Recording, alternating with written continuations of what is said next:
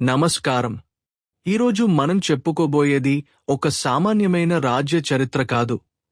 ఒక ఆత్మ తన స్వార్థం నుండి సత్యం వైపు సాగించిన మహా ప్రయాణం. ఈ కథ వినేకొద్దీ మీలో ఒక కొత్త ఆలోచన మొదలవుతుంది. ఆలోచన మీ జీవితాన్ని కూడా ప్రభావితం చేయవచ్చు. ఈ ప్రయాణంలో నాతో పాటు కలిసిరండి. ముందుగా, ఈ జ్ఞాన ప్రయాణాన్ని మీ మిత్రులకు షేర్ చేయండి. మన ఛానల్ని సబ్స్క్రైబ్ చేయడం ద్వారా ఇటువంటి మరిన్ని రహస్యాలను తెలుసుకోండి. విశ్వనాథపురం అనే రాజ్యానికి యువరాజు అభిరామ్. అతను కేవలం రాజ్యానికి వారసుడు మాత్రమే కాదు, సకల శాస్త్ర పారంగతుడు. అతని మేధస్సు చుట్టుపక్కల రాజ్యాలకు ఒక భయం, ఒక గౌరవం. కాని ఎంతటి జ్ఞాని అయినా ప్రకృతి సిద్ధమైన మోహానికి లొంగక తప్పదు. ఒక వసంతకాలపు వేకువజామున అడవిలో వేటకు వెళ్లిన అభిరామ్ వేటగాడి కుమార్తె మాయను చూశాడు. ఆమె సౌందర్యం అతని మేధస్సును అంధకారం చేసింది. రాజభవనపు విలాసాల కంటే ఆ అడవి పొదల్లో మాయతో గడిపే క్షణాలే అతనికి మోక్షంలా అనిపించాయి. కాని కాలం ఎప్పుడూ ఒకేలా ఉండదు. విధి మాయను మృత్యువు రూపంలో కబళించడానికి సిద్ధమైంది. అడవిలోని ఒక విషపూరితమైన నాగవల్లి తీగ ఆమెను చుట్టుముట్టడంతో ఆమె శరీరం నీలంగా మారిపోయింది. వైద్యులు నిస్సహాయులయ్యారు. మాయ ప్రాణాలు గాలిలో కలిసిపోతున్న వేళ అభిరామ్ ఆక్రందన ఆ అడవిలోని మహాకాలుడనే సిద్ధుడిని కదిలించింది. సిద్ధుడు ప్రత్యక్షమే ఒక కఠినమైన షరతును విధించాడు. మాయ బ్రతకాలంటే అభిరామ్ తన జ్ఞానాన్ని మరియు స్మృతులను ఆమెకు దానంగా ఇవ్వాలి. జ్ఞానం లేని మనిషి జంతువుతో సమానం అని తెలిసి కూడా అభిరామ్ తన మోహంలో ఆ షరతుకు అంగీకరించాడు. ఆ క్షణమే ఒక అద్భుతమైన కాంతి అభిరామ్ నుండి మాయలోకి ప్రవేశించింది. మాయ కళ్ళు తెరిచింది, కాని అభిరామ్ కళ్లలో ఒక వింతైన శూన్యం ఆవరించింది. అతనికి తన పేరు, తన రాజ్యం, చివరకు తన ప్రేమ కూడా గుర్తులేదు. అతను ఒక పసివాడిలా అచేతనంగా అక్కడే ఉండిపోయాడు. మాయ బ్రతికింది, కాని ఆమెలో ఇప్పుడు అభిరామ్కు చెందిన అపారమైన మేధస్సు ఉంది. ఒక సామాన్య అడవి పిల్లలో రాజనీతి, కుతంత్రం మరియు అధికార కాంక్ష ప్రవేశించాయి. ఆమె తనను బతికించినవాడు ఒక అజ్ఞానిలా పడి ఉండటం చూసి జాలిపడలేదు, పైగా అసహించుకుంది. తన గతాన్ని తుడిచేయాలని నిర్ణయించుకుంది. రాజభవనానికి చేరిన మాయ తన తెలివితేటలతో ముసలి మహారాజును మాయ మాటలతో నమ్మించింది. సైన్యాధ్యక్షుడు రుద్రుడిని తన మోహవలయంలో వేసుకుని అభిరామ్ను ఒక పిచ్చివాడిగా చిత్రించింది. ఒక అర్ధరాత్రి వేళ నిద్రపోతున్న అజ్ఞాని అభిరామ్ను సైనికులు బంధించి రాజ్యం వెలుపల ఉన్న ఒక లోతైన లోయలోకి తోసేశారు. మాయ కళ్లలో కన్నీరు లేదు, కేవలం కెరీటం పట్ల వ్యామోహం మాత్రమే ఉంది. ఆమె పట్టాభిషిక్తురాలైంది. ప్రజలు తమ ప్రియతమ యువరాజు చనిపోయాడని నమ్మారు. మాయ పరిపాలనలో రాజ్యం నరకప్రాయమైంది. ఆమెకున్న మేధస్సు ప్రజల సంక్షేమం కోసం కాకుండా వారిని దోచుకోవడం కోసం వాడబడింది. రుద్రుడి అరాచకాలు రాజ్యమంతా పాకాయి. లోయలో పడిన అభిరామ్ మరణించలేదు. ప్రకృతి అతడిని రక్షించింది. ఒక యోగుల తండా అతడిని కాపాడి ఒక పురాతన ఆశ్రమానికి తీసుకువెళ్లారు. అక్కడ అతనికి తన గతం గుర్తులేదు, కాని అతని శరీరం మాత్రం పాత యుద్ధ విద్యలను మర్చిపోలేదు. అక్కడి గురువు అతనికి ఒక కొత్త మార్గాన్ని చూపాడు. జ్ఞానం జ్ఞాపకాలలో లేదు నాయనా, అది నీ ఆత్మలో ఉంది అని బోధించాడు. అభిరామ్ 3 ఏళ్లపాటు ఒక మౌనిలా, ఒక యోగిలా తన అంతర్గత శక్తిని మేల్కొలుపుకున్నాడు. జ్ఞాపకాలు లేని మనసులో ఇప్పుడు అచంచలమైన ప్రశాంతత, అప్రమైన శారీరక శక్తి చేరాయి. రాజ్యంలో ప్రజల కష్టాలు మిన్నంటాయి. మాయ తన తెలివితేటలతో చుట్టుపక్కల రాజ్యాలను కూడా వంచించడం మొదలుపెట్టింది.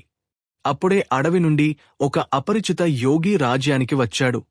అతని ముఖంలో తేజస్సు ప్రజలను ఆకర్షించింది. అతను ఎవరితోనూ మాట్లాడడు, కాని ఎక్కడ అన్యాయం జరిగినా అతని కర్ర చప్పుడు వినిపిస్తుంది.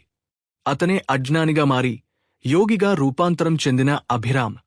ఒకనాడు దర్బారులో మాయ తన వార్షికోత్సవాన్ని జరుపుకుంటుండగా ఈ యోగి ప్రవేశించాడు. అతనిని చూడగానే మాయ గుండెలో ఒక తెలియని భయం మొదలైంది. ఆ కళ్ళు తనను నిలదీస్తున్నట్లు ఉన్నాయి. ఆమె రుద్రుడిని ఆజ్ఞాపించింది అతడిని చంపమని. కాని అభిరామ్ ఒక్క అడుగు కూడా వెనక్కి వేయలేదు. రుద్రుడి సైన్యం అతడిని చుట్టుముట్టింది. అప్పుడు ఆ సభలో ఒక వింత సంఘటన జరిగింది. దర్బారులో నిశ్శబ్దం ఆవరించింది. యోగి వేషంలో ఉన్న అభిరామ్ కళ్లలో ఒక వింతైన కాంతి ఉంది. రుద్రుడు తన సైన్యంతో అతనిపై దాడికి సిద్ధమయ్యాడు. మాయ తన సింహాసనం నుండి లేచి క్రూరంగా నవ్వుతూ, జ్ఞానం లేనివాడు జీవం లేని శవం వంటివాడు. నీవు ఎవరు? నా రాజ్యానికి వచ్చి నన్నే ఎదిరిస్తావా? అని గర్జించింది. అభిరామ్ మౌనంగానే ఉన్నాడు. కాని అతని మనసులో 3 ఏళ్ల సాధన తాలూకు శక్తి ఉప్పొంగుతోంది. రుద్రుడు కత్తితో దూకగానే అభిరామ్ తన చేతిలోని కర్రతో మెరుపు వేగంతో స్పందించాడు. అది కేవలం శారీరక శక్తి కాదు, అది అనాసక్త యోగశక్తి. సంభాషణలు లేవు, కేవలం కత్తుల చప్పుడు మరియు అరుపులు మాత్రమే దర్బారులో వినిపిస్తున్నాయి. మాయ తన మేధస్సుతో వ్యూహాలు రచిస్తూ సైనికులకు రహస్య సంకేతాలు ఇస్తోంది. అభిరామ్ జ్ఞాపకాలు ఆమెలో ఉండటంతో అతను ఏ ఎత్తు వేస్తాడో ఆమె ముందే ఊహిస్తోంది. కాని మాయ ఒక విషయాన్ని మర్చిపోయింది. మేధస్సు కేవలం మెదడులో ఉంటుంది, కాని వీరత్వం మరియు ధర్మం ఆత్మలో ఉంటాయి. అభిరామ్ ప్రతి వ్యూహాన్ని తన సహజ సిద్ధమైన వీరత్వంతో ఛేదిస్తున్నాడు. యుద్ధం మధ్యలో మాయ తన అంతిమ ఆయుధాన్ని ప్రయోగించింది. ఆమె రాజభవనపు చీకటి గదిలో బంధించిన అభిరామ్ ముసలి తండ్రిని, మహారాజును బయటకు తీసుకువచ్చింది. యోగి, నీవు ఈ సైన్యాన్ని గెలవవచ్చు, కాని నీ రాజును కాపాడుకోలేవు అంటూ రుద్రుడి కత్తిని మహారాజు మెడపై పెట్టింది. ఆ క్షణమే అభిరామ్ గుండెలో ఒక మహా విస్ఫోటనం జరిగింది. తన కళ్ల ముందు తండ్రి పడుతున్న బాధ చూసి అతని ఆత్మ ఘోషించింది. ఆ తీవ్రమైన వేదనలో అతని మెదడులోని మూసుకుపోయిన జ్ఞాపకాల తలుపులు ఒక్కసారిగా బద్దలయ్యాయి. అభిరామ్ కళ్లలో నీరు తిరిగింది. కాని ఆ నీటిలో ఇప్పుడు పాత తేజస్సు ఉంది. అతనికి ప్రతిదీ గుర్తొచ్చింది. తాను అడవిలో మాయను చూడటం, ఆమెను బతికించడం కోసం తన జ్ఞానాన్ని సిద్ధుడికి దారపోయడం, మాయ చేసిన ద్రోహం అన్నీ ఒక సినిమాలాగా కళ్ల ముందు మెదిలాయి. అతను ఒక్కసారిగా సింహంలా గర్జించాడు. ఒక మనిషి తన సర్వస్వాన్ని దానం చేస్తే అది తిరిగి అతడిని ఎలా చేరుతుందో ఈ సన్నివేశం నిరూపిస్తుంది.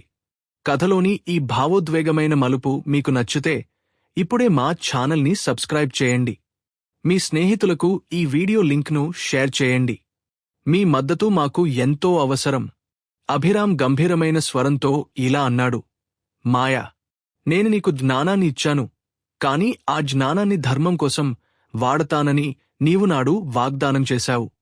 ఎప్పుడైతే ఆ జ్ఞానం అధర్మానికి తోడవుతుందో అప్పుడు అది తిరిగి దాని మూలాన్నే చేరుకోవాలి. ఇది నేను కాదు, ప్రకృతి శాసనం. అభిరామ్ తన చేతిలోని గంగాజలాన్ని మాయవైపు చిమ్మాడు. మహాకాలుడైన సిద్ధుడు నాడు విధించిన రహస్య షరతు అమల్లోకి వచ్చింది. మాయ శరీరం వణికిపోయింది. ఆమె మెదడులోని అభిరామ్ స్మృతులు, విద్యలు అన్నీ ఆవిరైపోయి తిరిగి అభిరామ్ తల చుట్టూ ఒక కాంతి వలయంలా ప్రకాశించాయి. మాయ ఒక్కసారిగా అరుపులు వేస్తూ కింద పడిపోయింది.